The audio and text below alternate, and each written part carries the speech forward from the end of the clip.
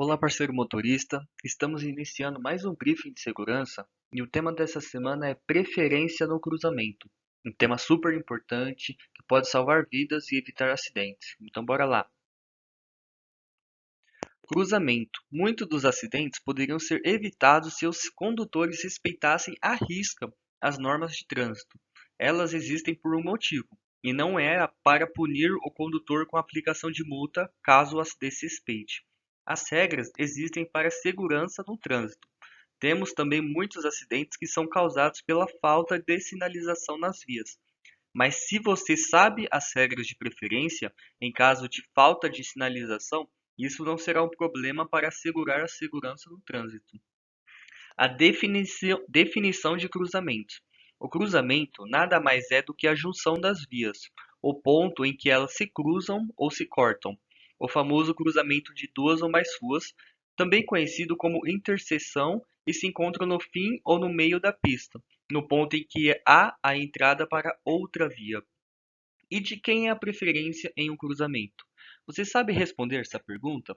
Na maioria das vezes, os condutores não sabem a quem a preferência pertence em uma rótula não sinalizada e com frequência confundem as regras. Em um cruzamento com placa de parada obrigatória, pare, o veículo deve ser totalmente imobilizado mesmo se o trânsito estiver livre. Passo 1. Pare totalmente o carro. Passo 2. Coloque a primeira marcha e mantenha os pés na embreagem e no freio. Passo 3. Observe o trânsito. E passo 4. Com o trânsito livre, prossiga. Quando não há sinalização no cruzamento. Não havendo sinalização, a recomendação é de preferência de trânsito do veículo à direita. Vale ressaltar que não se refere à direita do cruzamento, como muitos motoristas costumam confundir, mas à direita do condutor. Porque no trânsito a preferência é de quem vem pela direita e não pela esquerda.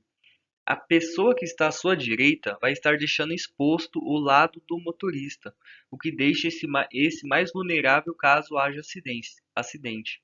Ou seja, se houver um acidente, esse tem mais risco de morte, então se dá a preferência a quem está com o lado direito ao seu veículo, sempre fazendo um círculo anti-horário. E o que o CTB diz? O Código de Trânsito Brasileiro traz no artigo 29 o seguinte trecho: quando veículos transitando por fluxos que se cruzem se aproximarem de local não sinalizado, terá preferência de passagem. No caso de apenas um fluxo ser proveniente de rodovia, aquele que estiver circulando por ela. No caso de rotatória, aquele que estiver circulando por ela, e nos demais casos, o que vier pela direita do condutor. Infração: quem ultrapassa o cruzamento sem seguir adequadamente as regras comete uma infração de trânsito de natureza grave, ou seja, perde 5 pontos na CNH e uma multa de R$ 195,23. Rotatórias. Definição da rotatória. Uma rotatória, também conhecida como rótula, é uma interseção viária circular em que o tráfego flui em torno de uma ilha central. Ela é projetada para melhorar o fluxo do tráfego em um cruzamento e reduzir o número de colisões entre veículos.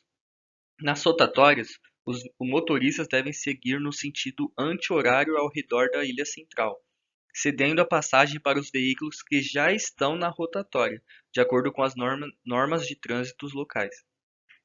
As rotatórias podem ter uma ou várias pistas e o número de saídas também podem variar. Sendo assim, são consideradas uma opção mais segura e eficiente do que os cruzamentos com semáforos, pois ajudam a reduzir o congestionamento do tráfego, diminuir a velocidade dos veículos e aumentar a segurança viária. Normalmente, o que acontece é que aqueles que estão na via mais movimentados passam adiante, enquanto aqueles que vêm de uma via menos movimentada aguardam uma brecha para poder seguir em seus caminhos. Mas afinal, qual é a regra a ser seguida? O Código de Trânsito Brasileiro, o CTB, é claro ao estabelecer que o condutor que estiver circulando pela rotatória tenha preferência, desde que não haja sinalização regulamentar contrária disso. Portanto, é possível entender que o veículo que entrar primeiro na rotatória ganha a preferência. Logo, os demais veículos devem aguardar. Muitas vezes, abrir mão de sua preferência pode ser uma cordialidade, lembrando que se trata de uma importante ferramenta para promover um trânsito mais seguro.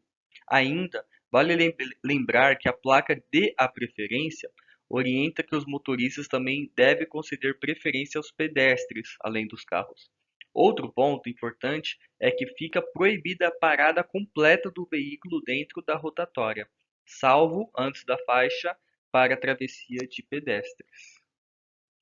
Direção defensiva.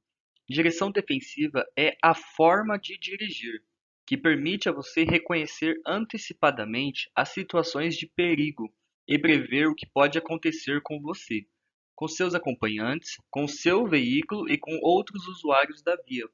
Ao dirigir, o condutor pode se deparar com algumas condições capazes de interferir na direção, como iluminação precária nas estradas, ofuscamento na direção noturna, fatores climáticos como nevoeiros, chuvas com alagamentos e ventos fortes, interdições em vias, manutenções do veículo, cargas, comportamento dos passageiros. A atenção é um dos principais elementos para o motorista manter a direção segura e, dessa forma, evitar as situações de perigo. Durante a semana, vamos conhecer alguns elementos básicos da direção defensiva. Em primeiro lugar, é o conhecimento. Diz respeito ao domínio das principais informações essenciais, como as leis de trânsito, os limites de velocidade, as condições da via e o reconhecimento de possíveis situações adversas na pista. Segundo, é atenção. O motorista precisa estar atento em tudo ao seu redor. Condutores, pedestres, com a via, que pode sofrer mudanças, trajeto e até mesmo com as condições climáticas. O terceiro é a previsão. É a capacidade que o condutor deve ter para antever riscos durante a condução.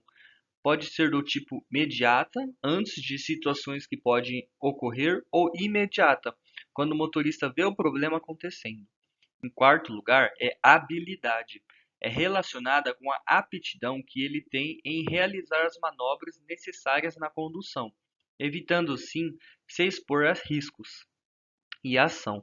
Não basta ter conhecimento, atenção, previsibilidade e habilidade. É necessário, acima de tudo, agir diante de situações adversas. É estar preparado para tomar decisões e agir em um espaço de tempo curtíssimo. Lições aprendidas. Em caso de ocorrências com afastamento e acidente de alto potencial, o time MEL e a transportadora realiza a investigação para identificar as possíveis causas e definir um plano de ação com o objetivo de evitar e prevenir que outros acidentes aconteçam. Após a investigação, é elaborado um material que é chamado de lições aprendidas, onde consta as principais informações sobre a ocorrência para divulgação, para que as outras transportadoras tenham conhecimento e possam identificar oportunidades de melhoria em seus processos. Acesse abaixo o link com as lições aprendidas. E aí, os principais ofensores da semana. Em primeiro lugar, é a falta de EPI, calçado de segurança.